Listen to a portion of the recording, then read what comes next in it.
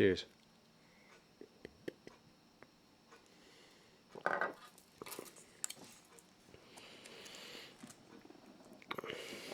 There's been a definite change this week.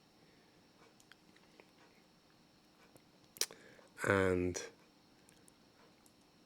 I'm starting to notice a lot more stuff. Sometimes when you're lost in your thoughts or you're lost in trying to figure things out, you don't see the beauty around you.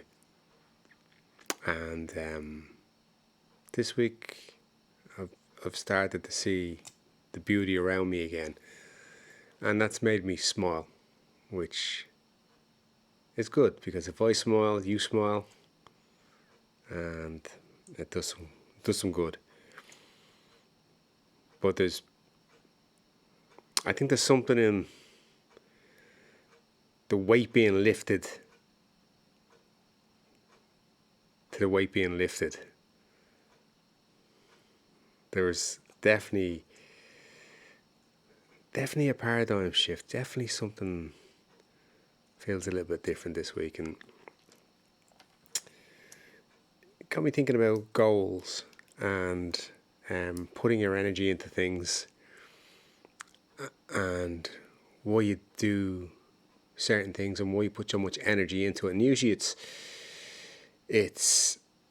a distraction or for another reason, really, rather than the actual goal itself. And I found with goals, I got stuck on some goals, or people get stuck on goals, but I've got stuck on goals as well. People say to me, what's your 5-year plan? And I never really had that. That doesn't really suit me that much, really. And never really kind of. Oh, it's too much for me to to look around. But I remember I used to ask people that came here when I started first. When I started making videos first, I had a phone, and I would. Everyone that came, I decided to document them being here. So I'd ask them the same 5 questions. I remember asking this guy, one of the questions was, what you want to be? Okay, people ask you what you want to be when you're a kid, but they don't ask you what you want to be when you're an adult, right? Because you're already it. Fucking, I'm a housewife. I'm a painter decorator. You just become that little fucking thing. And then that's what you become, right? When you're a kid, you've got all these things. I want to be a fireman. I want to be a policeman. You've all these things that you aspire to be like. And one of the questions was, what do you want to be? And there was a guy here who was a white belt. And his goal was, I want to be a black belt. Obviously never made it. But even when he said it, I knew that likelihood would be pretty much zero. Just because it's too far away. It's too much. Like, be a good white belt. Even with me, like, I had goals of when I came here first to run training camps, to do this, to do that, and then have somebody big come here. And at the time, I thought maybe like a boxing guy. I never thought it would be Connor for 14 weeks with 25 guys, me doing pretty much everything, and then being involved in the fight and being corner in the fight. And then when I'd reached that goal, I kind of felt I was done. And that's the problem with goals, is there's almost like a finalization, and when you reach it, you stop. Like, we used to get that in jiu-jitsu, the amount of people that would get to the goal of being a black belt, and then when they got to being a black belt, they quit. Took them a while, but they quit. As soon as they got it, they quit.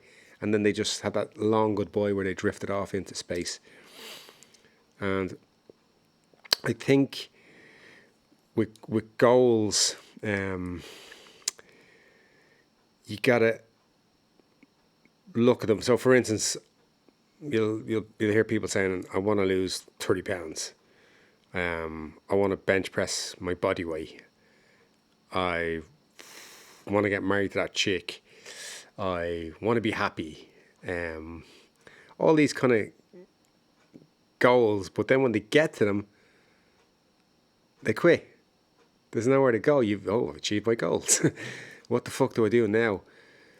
So what I was thinking about was goals and what they are and what they should be really, which is a step to the next thing rather than the end game, which I think is a better way to do it. And that can be in anything. That can be, so I want to lift 100 kilos. But the end game is I want to be national champion. I want to be European champion. But the 100 kilos gets you to the next step of the game, where some people, they want to bench 100 kilos and then they stop benching. Or I want to squat 200 pounds and they stop squatting. Or I want to do 100 press-ups every day for 30 days. And then after 30 days, you're banged up and you just don't touch press-ups again. Same with relationships. I had the luxury of being a painter and decorator once. I wear many hats. But when you wear a different hat in a different environment, people treat you differently. Like, I remember being in people's houses at the time and they would have lived in like Aylesbury Road, like money, posh.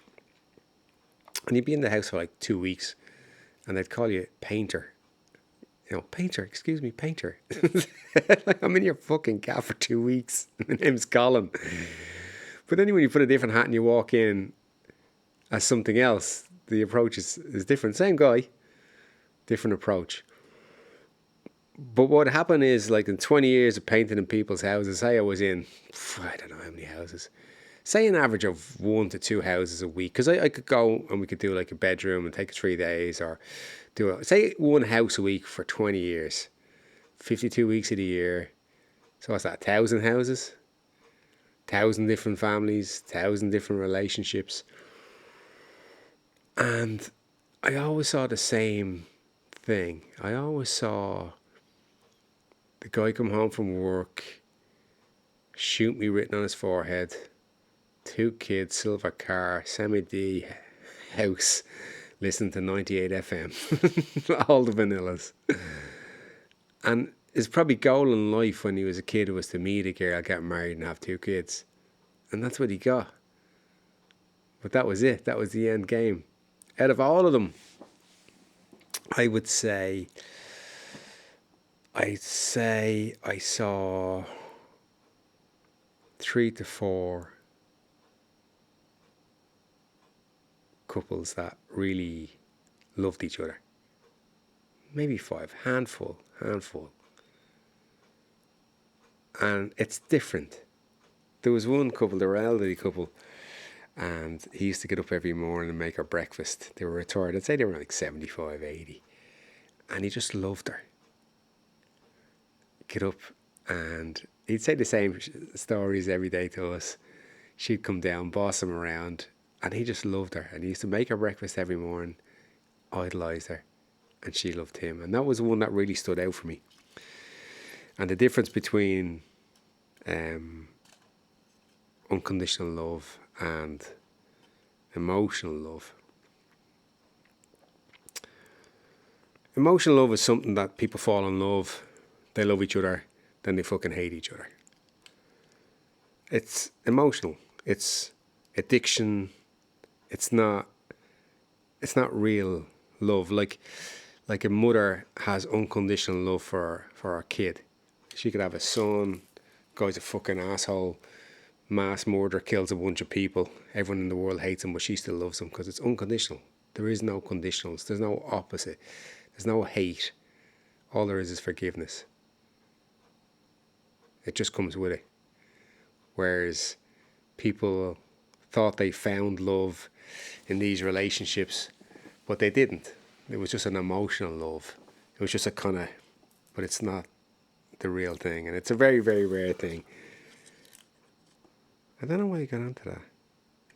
Goals. Yeah. I think the trick to goals is, and this one I got off Joe Hoey, which is, what do you want? Instead of picking a goal, instead of saying, I'm going to do this, I'm going to do that, here's my goal. What do you want? And then make out your goals that have to be fluid or have to evolve or have to be steps, little steps, not an end game. Because what you want, I want to be happy. Well, that's easily fixed. But it's transient.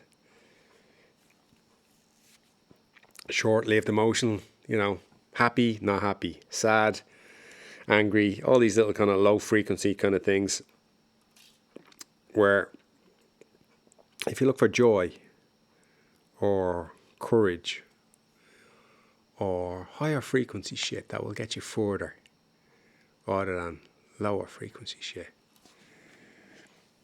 I think with goals, just ask yourself, what is it that you want? And what do you really want? And then from there on in, you can make your little steps, make your little goals, and achieve them. But always with the same intention. To be joyful, to be truthful, to be loving, to be honest. Shit that takes a lot of fucking practice. And shit that takes a lot of effort on working on yourself on a daily basis, keeping yourself in check and not kidding yourself.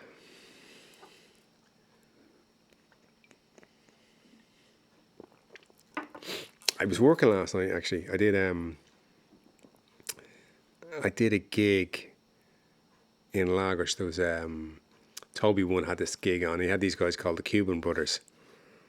And anytime Toby has a gig on, he always asks me to kind of like basically just look after the artist or look after him or all that kind of shit. So I did it last night. It's the kind of first time I've been out in town when it's been dark. I just don't venture in. And met a lot of people that I haven't seen for a long time. And I really enjoyed it. It was good. But the Cuban Brothers, funny story about them. I met them, it's good to 20 years ago. I was working my first ever gig. I started doing ninjutsu, and Brian McCarthy had a security company. And he had a door for Murphy's Laughter Lounge. And one night we were training, and I cut someone open with a stick. And I was mortified. And he offered me a job doing security in his fucking... And for me, it was like probably... I was like, I couldn't do security. I'm just not big, You got to be big. And I always had an self-image of skinny, smallest, weakest, pastiest child in school. So it was always very hard to get over that. And he said, like, it's not about being big. It's about being in control or in dealing with situations, being smart. And it was probably the most educational gig I've ever had in my life, because you're dealing with people at their worst under pressure. You can't go anywhere. You got to deal with it. But I was working one night a week there, like Saturday. And I came in the Saturday. The guys had been working on the Friday, and there was this act called the Cuban Brothers on. And Ken Redden that was on said to me, go and have a look at them. They're getting changed in the changing rooms. Let's go in there and introduce yourself. So I went in. There's two Scottish lads, and they're like smearing themselves with like wintergreen. Like it's like DP or fucking Tiger Balm shit all over. And it's smelling the room, and they're like super strong Scottish accents, and they're limbering up. I think, what the fuck is this? They're in their jocks, What's that a comedy show is? Is this?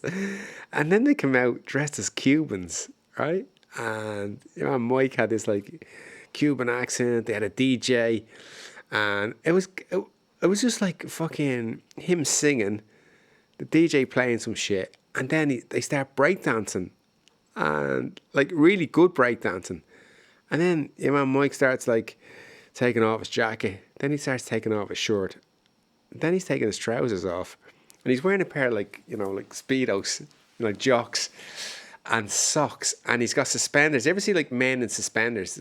the suspender is below the knee, right? It's like, and I'm thinking what the fuck's going on here? And then he just took off his fucking jocks and he was bollock naked, and he started breakdancing and spinning with his balls flying everywhere. And then he went into the audience, and he was playing in Lagos last night again. And I met him here 5 years ago, but just what a fucking great guy. He's just mad as a fucking brush. Last night he stripped down to his underwear. He had a big tiger face on the ass. He had a pair of socks down the front of him, and he jumped over the barrier with the mic, went into the crowd. We lost him for like 10 minutes, still did the show, like singing in the middle of the crowd. We couldn't fucking see him for 10 minutes and came back. I think the crowd had needed security more so than fucking him, you know. So yeah, it was brilliant. But it was good to get out and meet people again.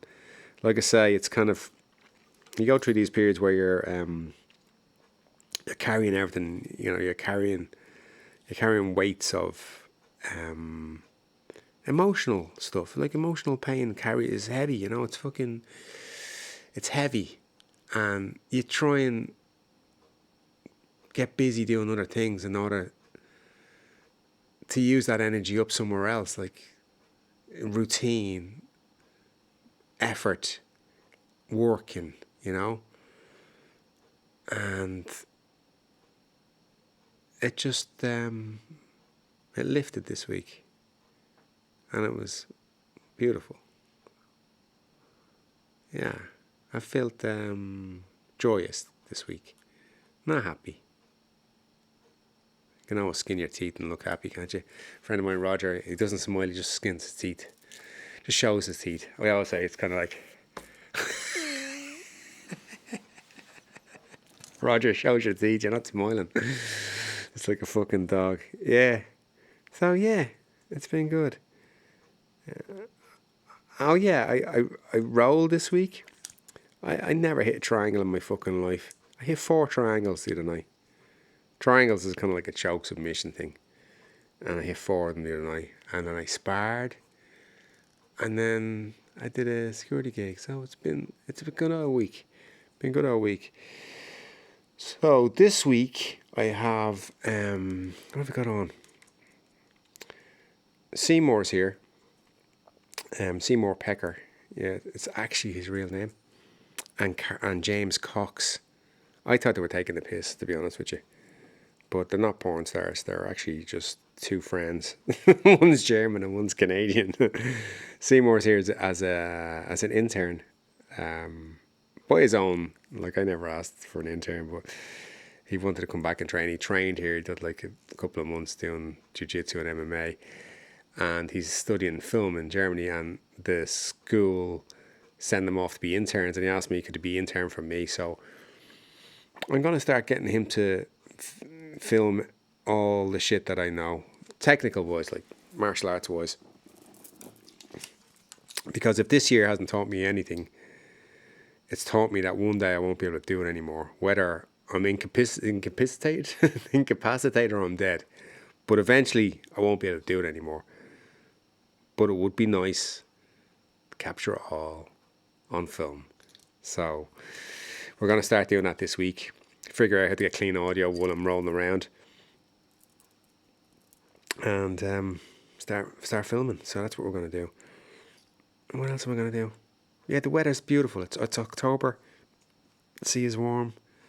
It's just really, really nice going out, doing the kind of Kundalini, little bit of kind of stretching, a little bit of Bates method eye exercises. Do the beads. I'm doing 5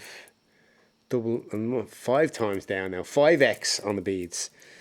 So I do 2 rounds of beads on the way to the beach, 1 on the beach, 2 rounds on the way back. Made a big difference. Because what I used to do is walk down to the beach, do my yoga, and then I'd go through like all these beads here. I don't know how many on it, but I do a whole kind of like, what's the word? Meditation on each one, or say something on each one. But on the way down, I do 2 sets. In that repeating words and over again, it's made me have more clarity. It's made me think more about why I'm going down to the beach rather than going out and thinking, oh, I feel a bit stiff, or it's a bit cold, or it's a bit windy today. I wonder what the seaweed's going to be like on the beach. How many seagulls, and all this other stuff, that noise that gets in your head, instead of really, really appreciating the beauty. So kind of like, without looking for a hippie word like center, it centers me on the way down why I'm doing it. And that's been, I'd recommend that on the walk down, because it doesn't take any more time. Whereas thinking I was going to do 5, I'm going to have to sit an extra 20 minutes on the beach and then come back up again. But no, I get it all done. So it's in that heavy rotation. So yeah, that's it for today. I made the Andy Ryan film. Fucking surprised that he was able to make that, for all that I did. Run it, 60 guys, wash the mats, morning and evening, meet them for dinner, meet them for a drink on the last night, and shoot a film. And I got a good, I'm happy with it. So it's good.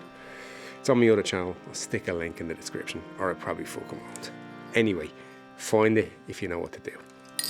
So till the next one, we are all one.